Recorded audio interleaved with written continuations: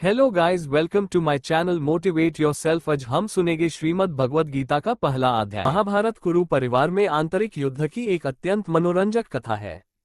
ये कथा बताती है कि कैसे कौरवों ने पांडवों को उनके राज्य से धोखा देने के लिए छल और विश्वासघात का सहारा लिया, कैसे पांडवों ने अपने अधिकारों के लिए लड़ाई लड़ी और कैसे अंत में बुराई पर अच्छाई की जीत हुई। धृतराष्ट्र उवाच धर्मक्षेत्रे कुरुक्षेत्रे संवेता युयुत्सवः माम काः पांडवाश्चैव किम कुर्वत। संजय। अनुवाद। धृतराष्ट्र ने कहा, हे संजय, कुरुक्षेत्र की पवित्र भूमि पर युद्ध करने की इच्छा से एकत्रित होने के पश्चात मेरे और पांडु पुत्रों ने क्या किया। टिप्पणी। राजा धृतराष्ट्र जन्म से नेत्रहीन होने के अतिरिक्त आध्यात्मिक ज्ञान से भी वंचित था। अपने पुत्रों के प्रति अथाह मोह के कारण वह सत्यपद से च्युत हो गया था और पांडवों के न्यायोचित राज्याधिकार को हड़पना चाहता था। अपने भतीजों पांडव पुत्रों के प्रति उसने जो अन्याय किया था उसका उसे भलीभांति बोध था। इसी अपराध बोध के कारण वह युद्ध के परिणाम के संबंध में चिंतित था। इसलिए धृतराष्ट्र संजय से कुरुक्षेत्र की युद्धभूमि जहां युद्ध होने वाला था की घटनाओं के संबंध में जानकारी ले रहा था।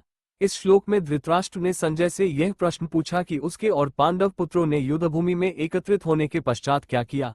अब यह एकदम स्पष्ट था कि वे युद्धभूमि में केवल युद्ध करने के उद्देश्य के लिए एकत्रित हुए थे, इसलिए यह स्वाभाविक ही था कि वे युद्ध करेंगे। धृतराष्ट्र को ऐसा प्रश्न करने की आवश्यकता क्यों पड़ी कि उन्होंने युद्धभूमि में क्या किया। धृतराष्ट्र द्वारा धर्म क्षेत्रे धर्मभूमि शब्द का प्रयोग करने से उसकी आशंका का पता चलता। क्षेत्र पवित्र भूमि थी। शतपथ ब्राह्मण में इसका वर्णन कुरुक्षेत्र देव यज्ञम के रूप में किया गया है, अर्थात कुरुक्षेत्र स्वर्ग की देवताओं की तपोभूमि है, इसलिए इस भूमि पर धर्म फलीभूत होता है। धृतराष्ट्र आशंकित था कि कुरुक्षेत्र की पावन धर्म भूमि के प्रभाव के परिणामस्वरूप उसके पुत्रों में कहीं उचित और अनुचित में भेद करने का ऐसा विवेक जागृत न हो जाए कि वे ये सोचने लगे कि अपने स्वजन पांडवों का संहार करना अनुचित और धर्म विरुद्ध होगा, और कहीं ऐसा विचार कर वे शांति के लिए समझौता करने को तैयार न हो जाएं। इस प्रकार की संभावित आशंकाओं के कारण धृतराष्ट्र के मन में अत्यंत निराशा उत्पन्न हुई। वह सोचने लगा कि यदि उसके पुत्रों ने युद्ध विराम या संधि का प्रस्ताव स्वीकार किया तो पांडव निरंतर उनकी उन्नति के मार्ग में बाधा उत्पन्न करेंगे।